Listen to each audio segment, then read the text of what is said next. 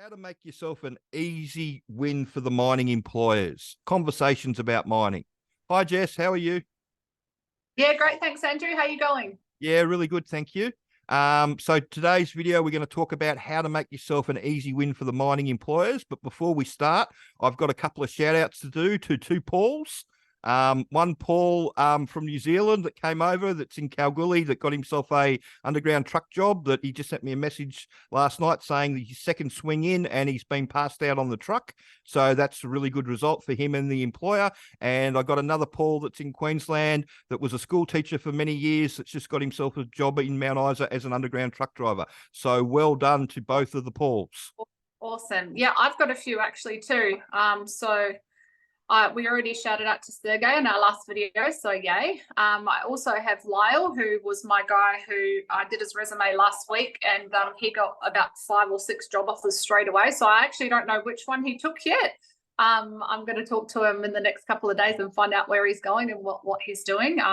But he applied for a wide range of roles, and he was being interviewed for like underground truck driving roles, drillers offsider roles, all sorts of things. And he had a civil background. And then I have another Casey who got a job as a drillers offsider up in Tanami. So, and they were all, yeah, really like great candidates and so exciting. We love hearing your stories. Please reach out to us, send us a text or an email, or drop us a message if you have got a job using our 3-step plan package, because that's what it's all about for us. Like, that really makes our day. Yeah, it does. And it just feeds into what we're going to talk about in this video, is that the reason that these people got themselves jobs is because they made themselves an easy win for the employers. When you can use all the right terms and you know what's going on, and you can hold a basic conversation with the foreman or the project manager in the interview about how the mine works and what's going to be expected of you on site, you've actually got something to offer them. And that's why people get jobs all the time. People get really fixated on learning to drive the truck or having to know how to do the practical side of the job. And that's not the issue for the employers. The issue for the employers is teaching you enough about how it all works so they can leave you alone by yourself to get on with the job. Teaching you how to do the practical side of the jobs doesn't take very long. And that's, what we were talking about it off camera. One of the big contracting companies, Burncut, they often target the drillers offsiders after 6 months because they don't have any practical experience driving trucks or nippering or anything like that.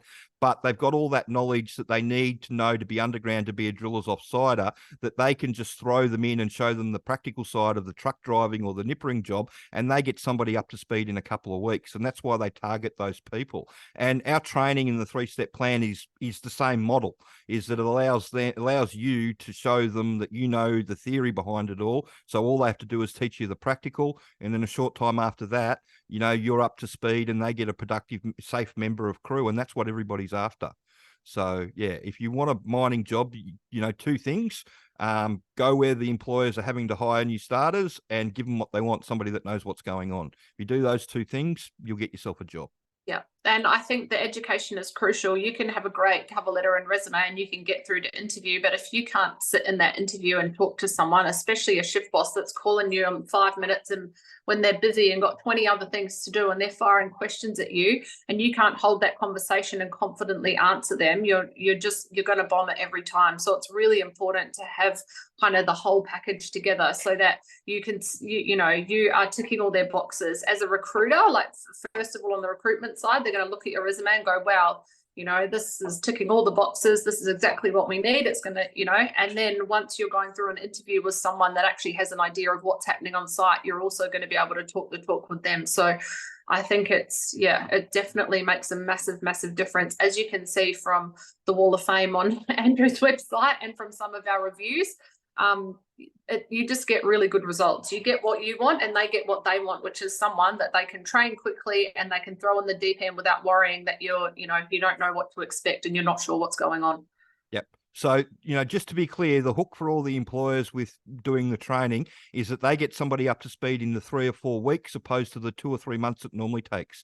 If you go in green, it'll take 2 or 3 months before you get up to speed. Normally it takes, 6 to 8 weeks before you're following the morning meeting. And if you do the training, you should be able to follow the morning meeting on day one. And yeah, it puts you a long way ahead of everybody else. Just on the short interviews, we've had a few Tim, who got a job not too long ago. He had a more long interview just because the foreman that was interviewing him was really interested about the training and wanted to ask him a lot of questions. But we had another guy that week did a 5-minute interview with a burn cut foreman, and it was just like, what are you going to do if a rock slides down your scaling bar? Drop the bar. What are you going to do if you smell stench gas? I'm going to go to the refuge chamber. And I can't remember the other one. Might have been, what are you going to do if your truck starts sliding down the decline? Well, I'm not going to hit the foot brakes. I'm going to hit the retarder and bring it back into line. And it was like, okay, when can you do your medical? It was literally, 3 basic mining questions, a personal question, and then when can you do your medical? Because, if you get all those questions right and it sounds like you're confident, you know what's going on, and they see you've done the training, then why not? I mean, and anything more is just a waste of time for them. So, it's just about giving them what they want. If you can give them what they want, you'll get a job. You turn yourself into low-hanging fruit, which is what I tell people. What about, people often say, oh, well, don't they teach you this? Isn't this what your inductions are? Like, why would you need to do this course? Isn't this what you get taught when you get there? Definitely not.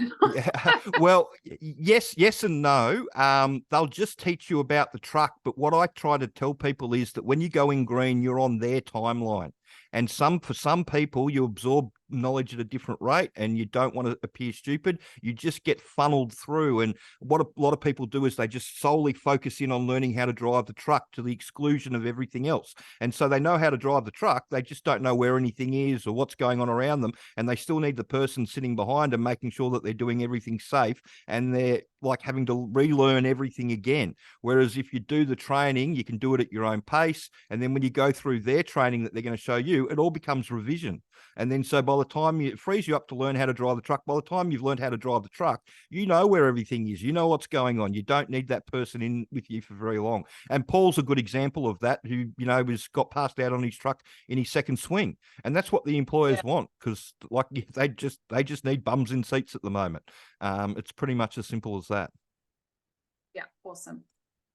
Cool. Well, so if you've got any questions about the mining industry that you want answered, please send them through. And if you could share this information around and like and subscribe the channel. Thanks. Thanks.